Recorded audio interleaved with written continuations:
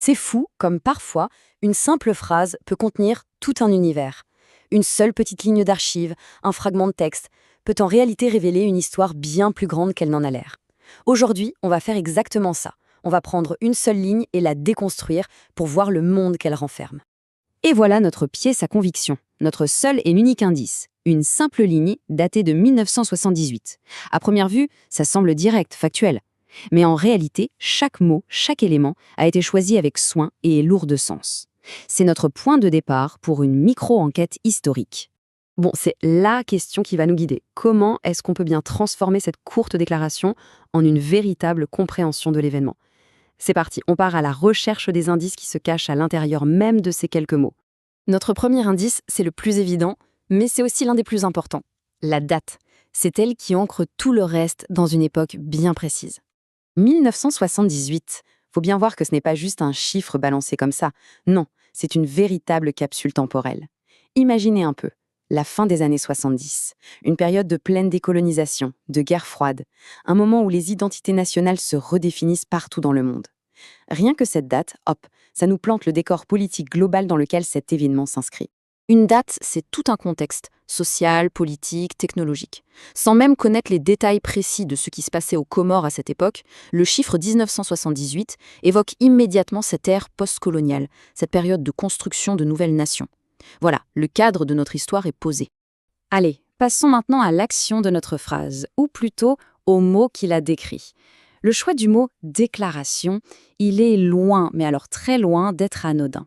Le mot « déclaration » est vraiment puissant ici. Pourquoi? Parce qu'il implique une affirmation. C'est un acte de parole qui accomplit quelque chose. Ce n'est pas juste une observation, non, c'est l'acte même de faire exister une nouvelle réalité par la force de l'annonce officielle. C'est un pur acte de souveraineté. On aurait pu utiliser d'autres mots, comme création. Mais création, ça suggère qu'il n'y avait rien avant, qu'on part de zéro. Déclaration, au contraire, ça prend ce qui existe déjà, un peuple, un territoire, et ça lui donne un nouveau statut politique formel. Le point crucial, c'est donc bien l'affirmation politique, pas la naissance à partir de rien. On arrive maintenant au cœur de notre ligne, le nom lui-même.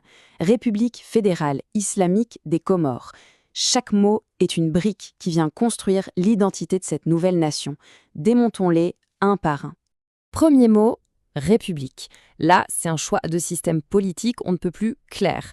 On rejette la monarchie ou toute autre forme de pouvoir héréditaire.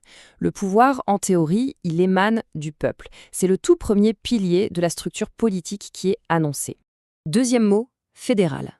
Et ça, c'est un indice structurel majeur. Ça nous dit que cette nation n'est pas un bloc unique et centralisé. Non, elle est composée de plusieurs entités, on imagine bien les différentes îles de l'archipel, qui s'unissent tout en conservant une certaine autonomie. C'est une reconnaissance de la diversité au sein de l'unité. Troisième mot, islamique. Ici, l'identité n'est plus seulement politique ou structurelle, elle devient culturelle et religieuse. Ce mot vient définir le fondement moral et peut-être juridique de l'État. C'est une déclaration forte sur les valeurs qui unissent cette fédération. Et enfin, des Comores. Le dernier mot, celui qui ancre tout le reste dans la réalité. Il donne un lieu, un peuple, une géographie à ces concepts un peu abstraits de république, de fédération et de religion. D'un coup, l'histoire a un foyer. On passe maintenant au dernier élément de notre ligne. Un élément qui n'est pas un mot, mais une image. Un symbole qui, à lui seul, résume tout ce qu'on vient de dire. Le drapeau, c'est une forme de communication d'une densité incroyable. Un drapeau, c'est une déclaration sans mots. Il est conçu pour condenser l'histoire, les valeurs et les aspirations d'une nation en une seule et même image. Si on regarde plus près, on voit un croissant, symbole souvent associé à l'islam, ce qui fait écho au mot islamique. On a 4 étoiles et 4 bandes. Ça renforce l'idée d'une fédération, où chaque élément pourrait représenter une des îles principales. Chaque choix visuel a une signification profonde. C'est une narration en soi. Maintenant qu'on a examiné chaque pièce du puzzle séparément, il est temps de tout rassembler et de relire notre phrase du début. Cette ligne n'est plus seulement une information, n'est-ce pas? C'est le récit d'un moment précis, en 1978, où un peuple, les Comoriens, a affirmé sa souveraineté à travers un acte politique formel, une déclaration.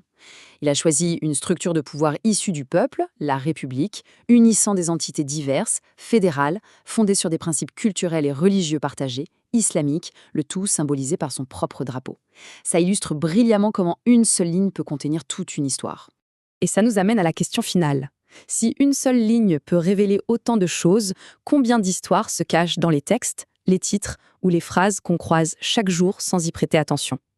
Le monde est rempli de ces micro-récits qui n'attendent que d'être déchiffrés.